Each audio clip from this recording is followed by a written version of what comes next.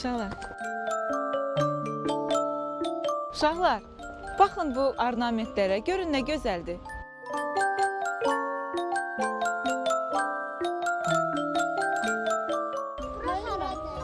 Bura Xalça muzeyidir. Görürsünüz, üzərində nə gözəl ornamentlər var. Gəlin girək Xalça muzeyinə baxaq, həm də dərsimizi orada keçərik. Çox maraqlı olacaq. Getdik. Gəlin.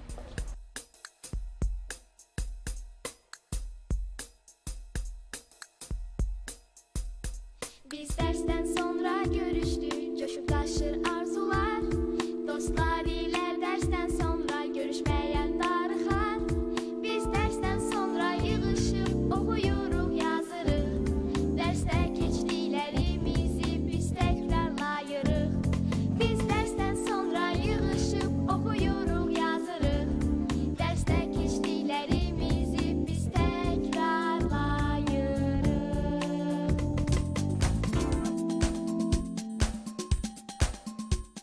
Gəlin. Uşaqlar, sizə dediyim məkan buradır, Xalçaçılıq muzeyidir. Görürsünüz necə gözəldir, rəngarəngdir. Gəlin seyr eləyək, bir tamaşa eləyək, baxaq. Amma eksponatlara əl vurmayın, ha, yaxşı? Gəlin.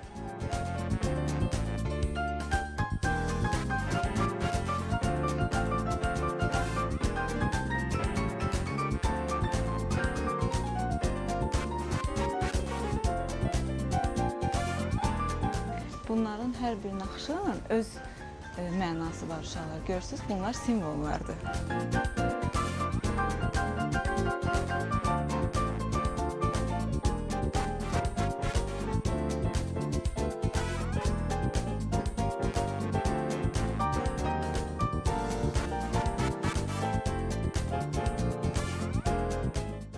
Görürsünüz, bunlar milli ornamentlərlə bəzədilmiş paltarlardır. Bəs Nərgiz hanı? Nərgiz hanı? Aa, Nərgiz, buradasan. Görsən, Nərgiz, bunlar hamısı Azərbaycan milli naxışlarıdır. Ornamentlərdir, simvollardır. Gəlin o tərəfdən gedək, o birisi xalçalarımıza da baxaq.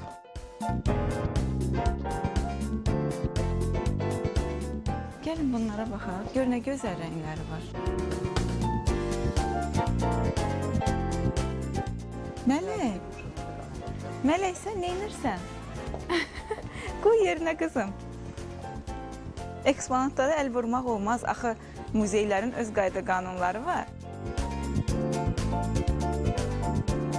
Müəllim, ora baxın, kimsə orada xalça toxuyur. Hə, orada kimsə xalça toxuyur. Mən də xalça toxumaq istəyirəm. Hə, gəlin onda yaxınlaşaq görək necə toxuyurlar. Salam.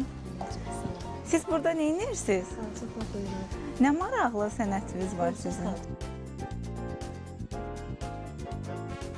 Bəs biz bugün rəsm çəkməyəcəyik. Çəkəcəyik. Axı bilirsiniz, uşaqlar, xalçaları da çəkmək üçün rəssam olmaq lazımdır. Xalça rəssamları vardır ki, onlar xüsusi naxışlar hazırlayır və onları toxuyurlar. Şəkər xanım, bəs bunun eskizi var. Bunu toxumamışdan qabaq şəklini çəkiblər. Rəssam çirtüş üstündə keçib onu, sonra biz də onu sayaraq toxuyuruq. Udamalar olmazsa biz bilmərik ki, bu orada nə qədər ilməyimiz var. Biz də bugün belə bir şəkil çəkəcəyik. Bəli, biz bu günləri ornamentləri çəkəcəyik. Çünki bu bizim çox tarixi, qədimi olan naxışlarımızdır. Bəs bugün Arif müəllimi görməyəcəyik. Əlbəttə, Arif müəllim də buradadır. Sadəcə o bizi başqa bir məkanda gözləyir. Gəlin, indi də gedək, ora baxaq. Gedək? Gedək. Çox sağ olun Şəkər xanım, sağ olun. Biz dersten sonra yığışıp okuyuruq, yazırıq. Derste keçdiklərimizi biz təkrarlayırıq. Biz dersten sonra yığışıp okuyuruq, yazırıq. Derste keçdiklərimizi biz təkrarlayırıq.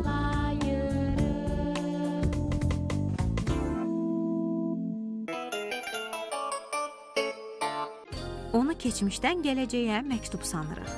Bəzən sehirli bilib onunla aya, ulduzlara uçuruq. Hər ilmədən bir naxış, hər naxışdan bir buta boylananda özümüz də bilmədən nağıla qovuşuruq. Nənələrimizin nağıl dünyasının möcüzəsi olan xalçaları tanıyacağıq bugün.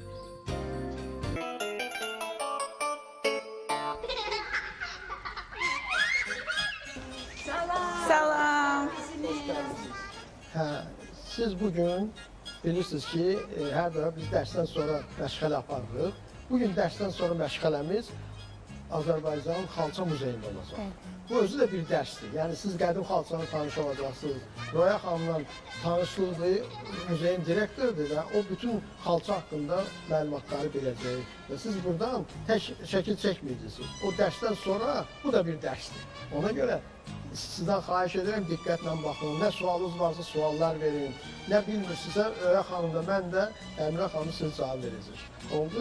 Onda gedək tanış olaq, hə? Röya xanım. Gəlin. Sizin evdə xalçanız var? Kimin evdə var xalça? Bizdə. Nə görmüsünüz?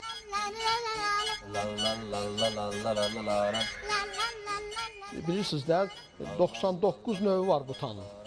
Xalçalarda çəkilib, hamısı. İndi onlardan bir söhbət edəcəyik. Deyin görüm kim bu babanı tanıyır? Nədir bu babanın adı? Bunun adı Lətif Kərimovdur. Lətif Kərimov kim olub bilirsən? Xalçaçı rəssamı. Sən o haqqında harda eşitmisən? Mən onu televiziyada görmüşəm. Çox yaxşı. Mən sizə bir şey deyim. Yadınızdan beşə saxlayın. Xalça muzeyini Lətif Kərimovun təşəbbüsü ilə yaradıb. Röya xanım, yəqin ki, Lətif müəllimin xalçaları da buradadır da. Ona bir uşaqları tanış eləyək xalçalarla. Elədir. Gedəyim baxaq? Gəl.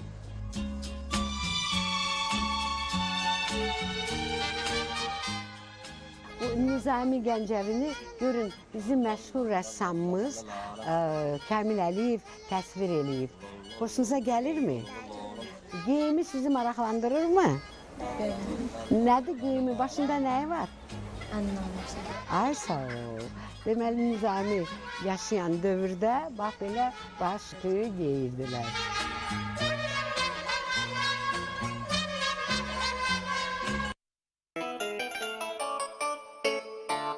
Azərbaycan xalça sənəti rəng, naxış, üslub, kompozisiya və məzmun baxımından zəngindir. Bu zənginliyi artıran ornamentlərdən biri də butadır. Xalça sənətində butaya məşhurluq gətirən Lətif Kərimov oldu. Xalçaçılıq elminin banisi hesab olunan Lətif Kərimov buta, naxış elementini çox sevirdi. O bu sevgidən hamıya pay ayırırdı.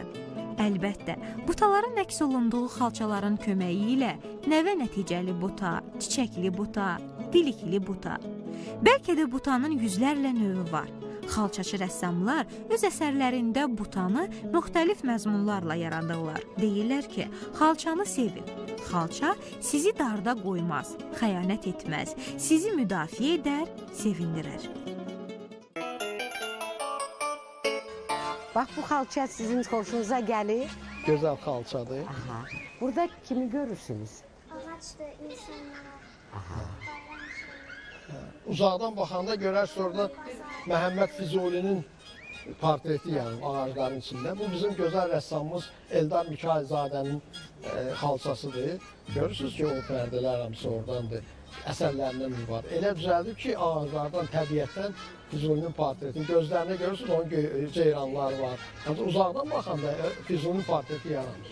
Bu da rəssamın bacarığından irəli gəlir. Röya xanım, çox qiymətli əsərləriniz var burada. Mən çoxsunu bilirdim, aslında orijinallara baxanda uşaqlarla mənim üçün təzədən bu xalçalar danışır. İçini ayrı bir gözlə baxırsınız da ona görə mən çox sevinirəm ki, bu yaşlarında bizim yaşımız olanda hələ bu xalça muzeyi yox idi. Biz elə kitabdan baxırdıq. Ancaq mən çox xoşlayıram ki, indiki uşaqlar gəlib bu gözəl binada, gözəl xalça muzeyində orijinalları görürlər. Məsələn, bura gəlmək üçün bilirsiniz də, xaricdə nə qədər qonaqlar gəlir. Uzaq ölkələrdən gəlirlər ki, bu xalça orijinalını görsünlər. Ona görə bu uşaqlara hesab edirəm ki, çox yadlarında qalacaq. Çünki uşaq vaxtında gördükləri bütün əsərlər onların yadına və onların gələcəkdə inkişafına, ümumiyyətlə estetik görüşünə çox kömək edir. Elədir uşaqlar? İndi gedək. Yo, bu olmaz. Bu bilirsən, bu bizim ən belə məşhur qədim xalçalarımızdan biridir. Bilirsiniz, bu 1539-cu ildə toxunub. Bu xalça, indi bu xalça onun kopyasıdır, surətidir. Xalça özü İngiltərədədir, Londonda, Victoria Albert Muzeyindədir. Bu xalçanın adı Şeyx Səfirdir, yadınızda saxlayın.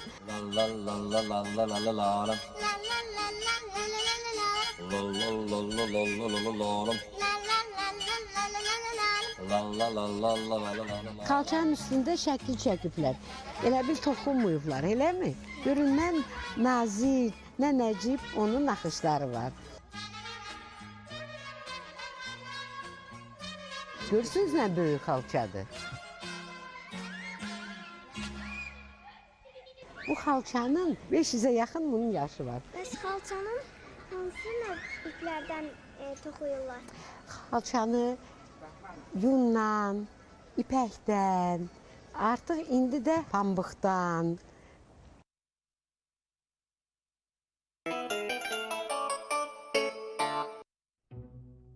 Azərbaycan dekorativ tətbiqi sənət sahələri sırasında xalçaçılığın özünə məxsus yeri var. Bugünədək evinizin adi əşyalarından biri sandığınız xalçaları oxumağı bacaracaqsınız. Hə, oxuya biləcəksiniz. Evlərinizin divarından asılan əlvan rəngli xalçaları tanıyacaqsınız. Xalça sənətini öyrənmək üçün xalçalarımızın ornament, rəng və kompozisiya prinsiplərini nəzərə almaq lazımdır. Bir-biri ilə bağlı olan bu üç amil bütün xalçaların, xüsusilə Azərbaycan xalçalarının bədii xüsusiyyətlərini müəyyən edir.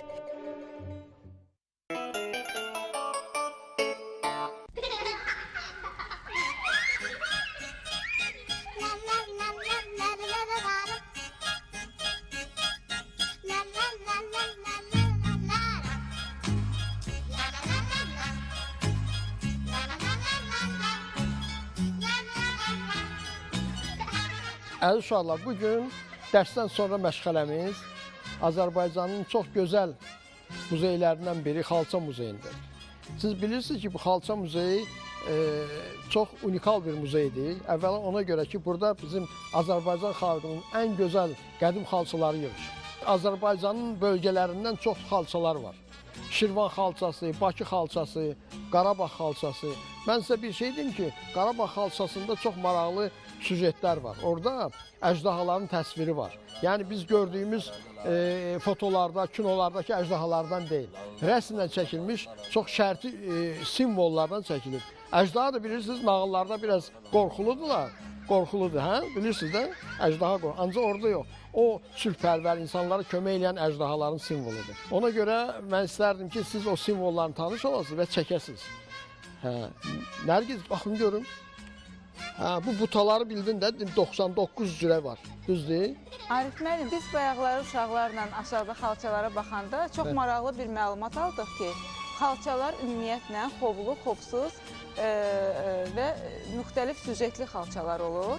Xovsuz xalçalar ilk yaranan xalçalardır. Onlar daha qədimdə yaranır və kasıb ailələrdə, maldarların evlərində, əsasən də köçəri tayfalarda yaranan xalçalardır ki, onlar getdikcə çadırların bəzəyi... O xalçalarda çox ornament olmurdu. Bəli, bəli. Ancaq rəngli xətlər olurdu. Rəngli maraqlı palazlar, kilimlər falan. Onlar da az. İndi sonradan o cəmiyyət dəyişəndə, qəşəngləşəndə artıq yeni naxışlar əmələ gəldi. Bəli. Yeni xalçalar ki, hansı ki, ən qədimini biz aşağıda gördük. Və ən böyük xalçanı da Şeyx Səfini gördük.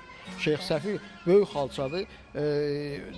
Bir 50 kvadrat metrəlik xalçadır. İndi Londonda bəyədilər Viktor Albert muzeyində saxlanılır və mən özüm də orada olmuşam. Orada gələn uşaqlar da bax bu cür gəlirlər orada, onu keçirlər orada.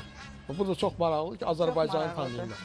Ancaq zadəganların evlərini orada xovlu xalçalar naxışları ilə bahalı. Ona görə ki, onlar həm naxışları ilə, həm qalınlığı ilə, həm iplərinin... İndi ən bahalı xalça birisi ipək xalçalar. İpək xalçalar. Yundan çox deyil, ancaq ipək xalçalar da var. Onlar da indi çox geniş yayılır. Bir də mən sizə deyim ki, indi ipək yolu uşaqlar tanıyırlar. İpək yolu Avropadan gəlib Çinə qədər gedir. Və İpək yolunda bu xalçalar çox yaranır. Ümumiyyətlə, xalçaların üstündə adət-ənənə o qədər gözəl göstərilir ki, hətta məsəl üçün yeni doğulan uşaqlar üçün xalçalar toxunub, gəlinlər cehiz aparanda özlərinin xüsusi xalçaları olub. Elə ev yoxdur ki, orada bir xalça olmasın.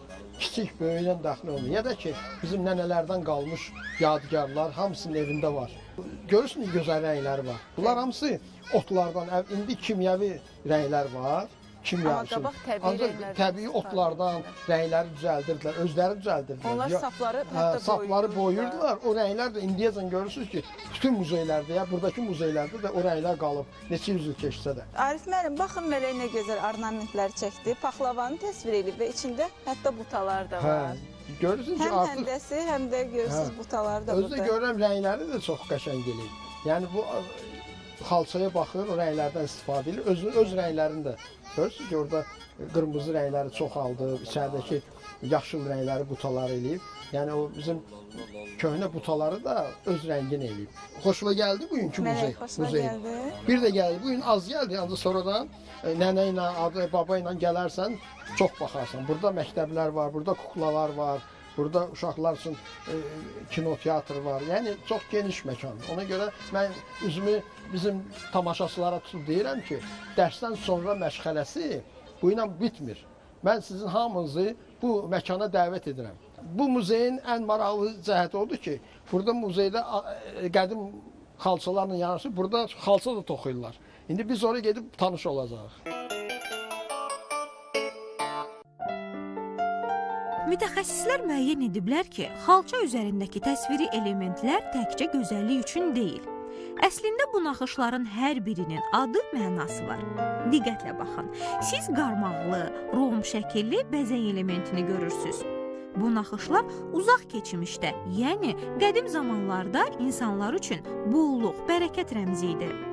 Bitki, torpaq, maraqlı da olsa, həm də qadın obrazı kimi qəbul olunurdu. Türk xalqlarında isə həmin işarə əminamanlıq, bərəkət, uğurlu və bol ruzi mənasına işarə edir.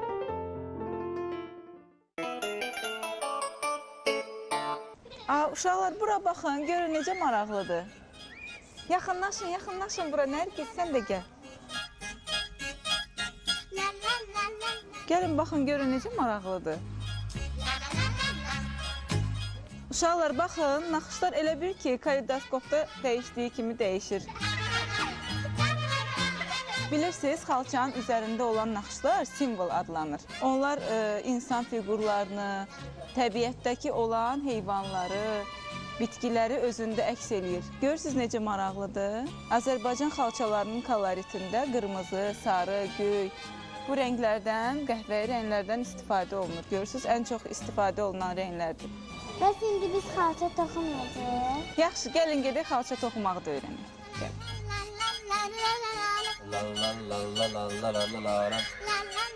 Siz yəqin bütün muzeyi gəzdiniz, xoşunuza gəldi, xalçalara baxdınız və bu da ilk dəfədir ki, uşaqlar buradadılar, rəssamdılar, həm də xalça ilə örgəşiblər. İndi görün burada kim cəsarətlidir ki, bu xalça oturacaq burada, Lamiyə xanım da ona göstərəcək necədir. Xalça toxumaq üçün birinci növbədə xanaya əriş çəkilir. Ərişdən sonra kücü götürülür, sumaq vurulur və biz ilmi ilə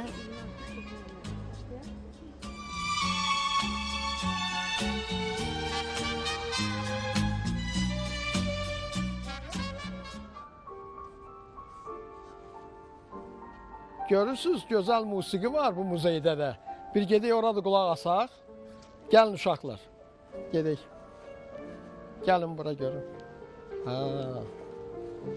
Keçin oraya, o yana dayanın belə.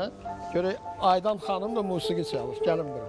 Biz bugün, əziz uşaqlar, biz bugün dərsdən sonra məşğələsini Azərbaycanın çox gözəl bir məkanında, Xalça muzeyində keçdik dərsimizi. Mən elə bilirəm ki, bu muzeydən sonra sizin rəsmlərinizdə yeni ornamentlər olacaq.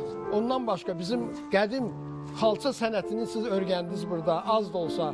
Mən hesab edirəm ki, bizim baxanlar, tamaşaçıları da mən dəvət edirəm bizim bu gözəl xalça muzeyinə. Uşaqları da gətirsinlər, baxsınlar.